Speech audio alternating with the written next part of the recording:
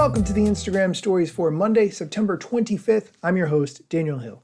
On Mondays, we talk about what the head of Instagram shared on his Ask Me Anything in the Q&A fashion. We talk about the questions, dissect them. I give my opinions on whether or not I agree with the answers. Sometimes I give better ideas than what he has. That's just part of the show. That's what you come here for.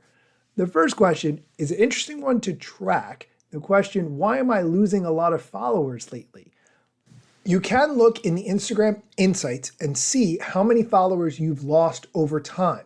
You can't tell who unfollowed you. That's not something Instagram makes easy for you to know, but you can see the amount of followers you've gained and lost over time.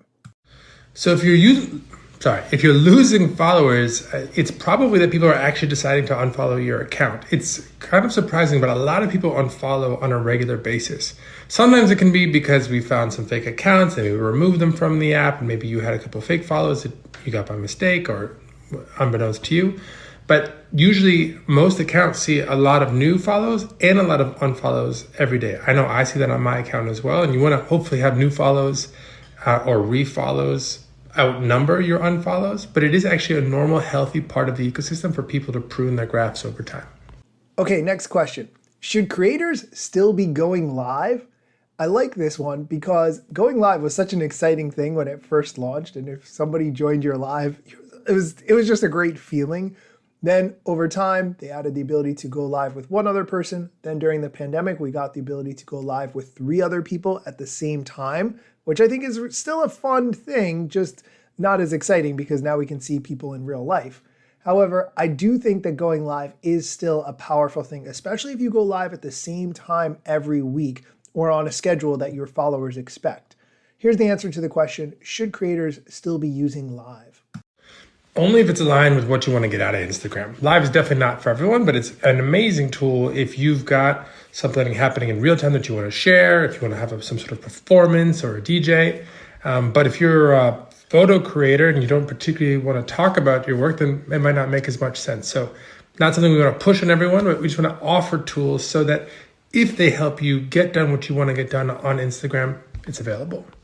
I wish there was an easier way to take a live that you do, especially if you are with one other person or multiple people, and turn that into an audio podcast that people can listen to on whatever mechanism they prefer, whether it's Apple Music, Spotify, if they want to watch the video on Instagram or they want to watch it on Instagram and turn the screen off so they just hear the audio.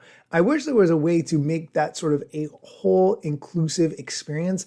Maybe the Instagram team is working on it. If not, maybe I'll send it in as a suggestion. If someone from Instagram is listening, please add that as a feature and give me credit.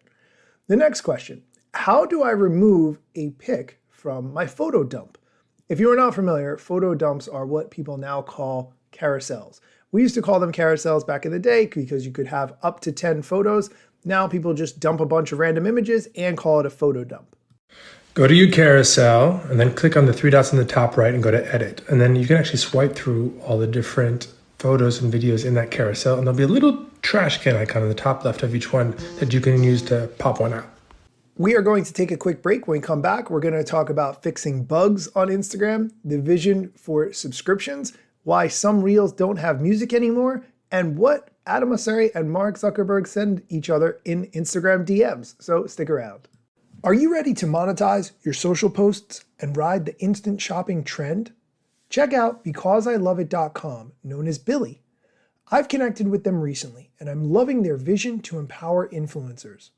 Whether you're on Instagram, TikTok, or any other platform, Billy is where you can create your own online store to feature products you love.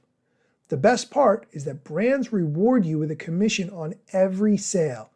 Easy as that. Visit BecauseILoveIt.com/Daniel Hill to join Billy and get $100 in free credits to share with your audience. Head over to the link in the show notes to learn more and sign up. And we're back. Next question. What's the vision for subscriptions on Instagram? Subscriptions are a way that you can get paid on Instagram, and the people who follow you can choose the amount that they want to gift you every month.